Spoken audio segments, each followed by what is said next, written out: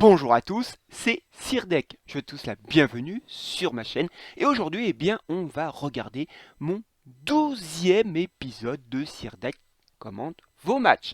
Et ce match, c'est Joab, le commandant de ma Légion, la 47 Ronin, qui m'a fait le plaisir de m'envoyer un de ces matchs dont le titre pourrait être Quand deux Oneros se rencontrent. Et oui, Oneros, c'est le personnage bannière des 3 ans de Sanseer Awakening, 3 ans qui ont fait beaucoup parler, mais notamment ce personnage est fort intéressant et pas si facile à manipuler. Je vous propose de regarder un match où deux Zoneros vont se rencontrer après le jingle. Voici l'affiche de ce match. D'un côté, nous avons Joab de la Légion 47 Ronin qui sera opposé à Alex 89 de la Légion, je crois qu'il doit s'appeler Commandant Italia, donc un match qui oppose deux personnages de la même groupement de serveurs puisque Joab est sur le E27 et Alex est sur le E25. Regardons ce match entre ces deux très bons joueurs. Alors faisons d'abord le point sur les personnages en présence. Du côté de Joab, on a une équipe à la fois tanky et DPS. Du côté des DPS, on a un Orphée RC, un Thanatos, et du côté des tanks, on a un champ sur pied qui va pouvoir poser un bouclier sur le personnage le plus menacé, mais aussi un Sean Godclose qui va aussi pouvoir protéger un personnage menacé, et un Sean Hades qui va tanker, mais aussi pouvoir doubler un personnage, sans doute un Thanatos ou un Oneros. Oneros qui est à la fois, on va dire, contrôle et DPS, puisqu'il va pouvoir choisir au maximum 2 personnages pour les rendre muets, c'est-à-dire pour qu'ils ne fassent aucun dégât. Et dans sa forme transformée, il va pouvoir aussi faire des dégâts. En face, Alex, lui, a opté pour une équipe aussi, on va voir, assez tanky, mais aussi bien DPS. Alors on a d'abord, pour le côté tanky, une Sacha qui renforce un peu les défenses des personnages de l'équipe. On a un Sean Godclose et un Sean Hades. Il a aussi un Thanatos et un Oneros comme pour Joab, mais il a, lui, choisi comme 6e personnage un Doko Godclose qui va pouvoir, buffer un des personnages de son choix pour augmenter son attaque et aussi apporter des cristaux, puisque c'est des personnages qui nécessitent pas mal de cristaux, tout cela, et aussi il pourra aussi faire quelques dégâts avec ses saignements au cas où. Regardons comment ça va se dérouler.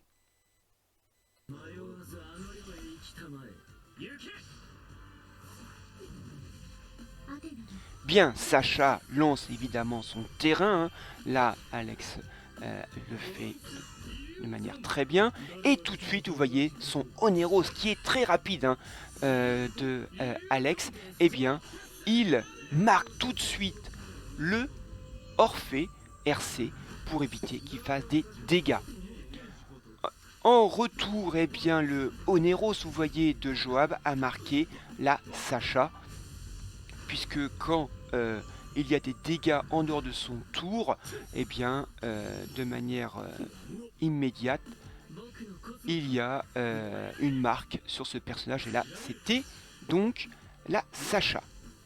Donc il y a un œil tout de suite de posé sur le Thanatos de Joab, et Joab le protège, évidemment, avec son champ sur pli. Il protège aussi son Oneros.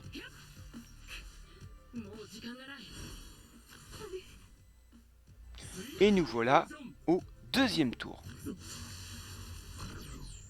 Et là, le Oneros de Alex se transforme déjà.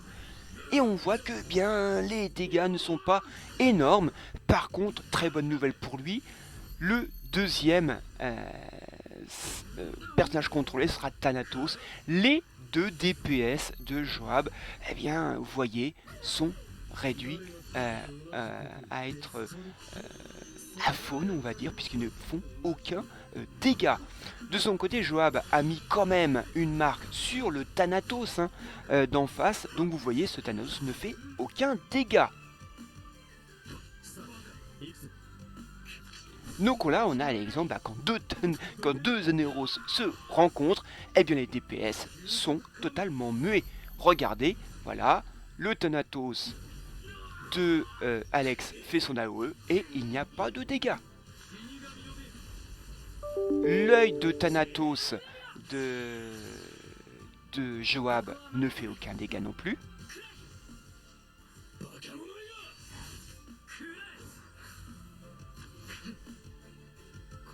Et vous voyez, le Orphée ne fait pas de dégâts. Ça y est. L'Oneros de Joab s'est transformé. Et là, vous voyez par contre beaucoup plus de dégâts chez le Oneros de Joab. On peut l'expliquer sans doute que Joab a axé plus sur son côté DPS que sa vitesse, à la différence de Alex. Mais vous voyez, le Thanatos, l'AOE du Thanatos de Joab ne fait aucun dégât. Donc on voit les Oneros de chaque côté contrôlent bien les DPS adverses. Vous voyez, AOE de Thanatos, aucun dégât. La attaque, et vous voyez, l'attaque de l'Oneros de Alex, eh bien il est un peu faible, on va dire, puisqu'il ne fait pas beaucoup de dégâts. Mais Joab, lui, a fixé ses dégâts sur la Sacha.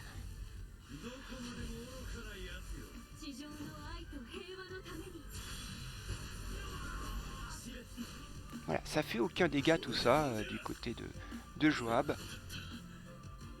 Son Thanatos et son Orphée sont complètement contrôlés par le Oneros de Alex. Voilà, le Thanatos de Alex est aussi contrôlé. Vous voyez, ça ne fait aucun dégât. On va se dire, la partie va être longue. Là, c'est le Shun God Close de Joab qui lance une attaque qui fait pas mal de dégâts. Et notamment, ça affaiblit de plus en plus la Sacha de Alex. Et là d'ailleurs, il élimine cette Sacha Joab avec son Oneros qui est doublé par le Shun Hades. Vous voyez, les dégâts du Oneros de Alex ne font pas ne sont pas énormes.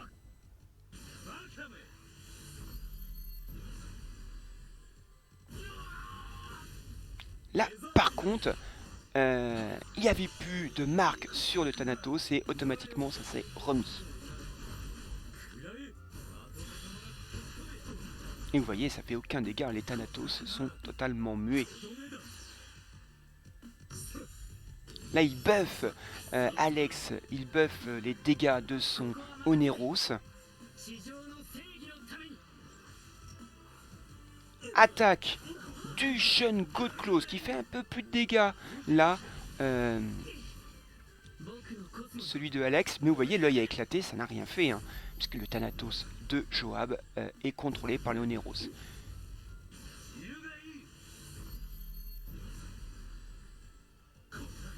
Voilà, 0. Attaque du Oneros de Joab. Et vous voyez que le Thanatos ayant la marque a eu beaucoup de dégâts. C'est une des capacités du Oneros. L'attaque de Oneros fait plus de dégâts sur les personnages marqués. Voilà pourquoi le Thanatos a perdu beaucoup de vie. Malheureusement pour Joab, son Orphée est décédé. Et donc il perd la moitié de ses DPS. Même si là c'est surtout le Oneros qui fait des dégâts. Mais vous voyez le Thanatos là, Alex oblige de remettre une marque sur le Thanatos de Joab. Et le Thanatos de Joab est maintenant libéré.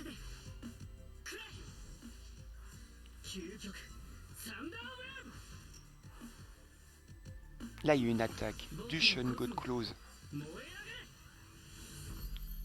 d'Alex.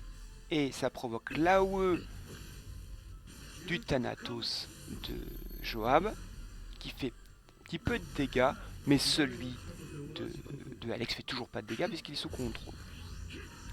L'attaque, hein,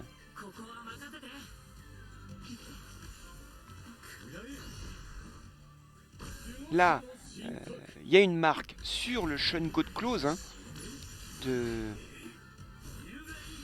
Alex. Et voilà, le Thanatos de Joab élimine le Thanatos de... le Thanatos de Alex, oui, pardon. Et là maintenant, eh bien, Joab va essayer de viser le Shonen God Close. Et voilà, c'est l'œil qui éclate. Et le personnage et son adversaire surrend. Donc voilà, un match très intéressant. Vous voyez, pour des joueurs de niveau équivalent, puisque Alex est diamant 3 et Joab est diamant 4. Mais on voit, je pense, deux Oneros avec un objectif différent. Alex l'a plutôt axé vitesse pour que très rapidement il pose ses marques, alors que Joab l'a plutôt axé DPS.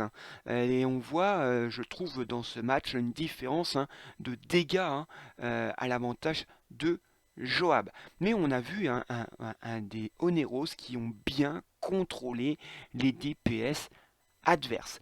Un match qui, je vous l'espère, vous a plu. Vous pourrez d'ailleurs le retrouver sur mon Discord, qui apparaît sous vos yeux grâce à la magie du montage.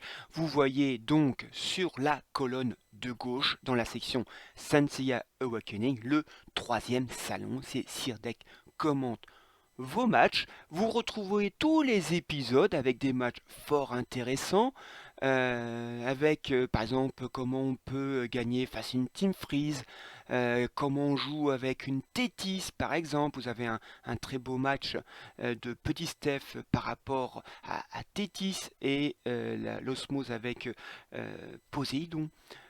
Qui devrait ou qui est en passe d'être mise. Vous avez plein de beaux matchs très intéressants, les uns comme les autres, où vous pourrez trouver une inspiration, et vous retrouvez donc celui de Joab, et bien juste après celui de Momo 974, qui nous a montré lui que Thanatos pouvait remettre à sa place le fameux Oneros. Eh bien, si cette vidéo vous a plu, n'hésitez pas à mettre un petit commentaire ou de rejoindre ce Discord sur lequel on peut discuter de ces vidéos, mais des différents matchs que vous avez pu faire avec ce personnage d'Oneros. Vous trouverez d'ailleurs le lien pour ce Discord dans la description. Il ne me reste plus qu'à vous souhaiter un bon jeu et amusez-vous bien et à la prochaine fois. Allez, salut!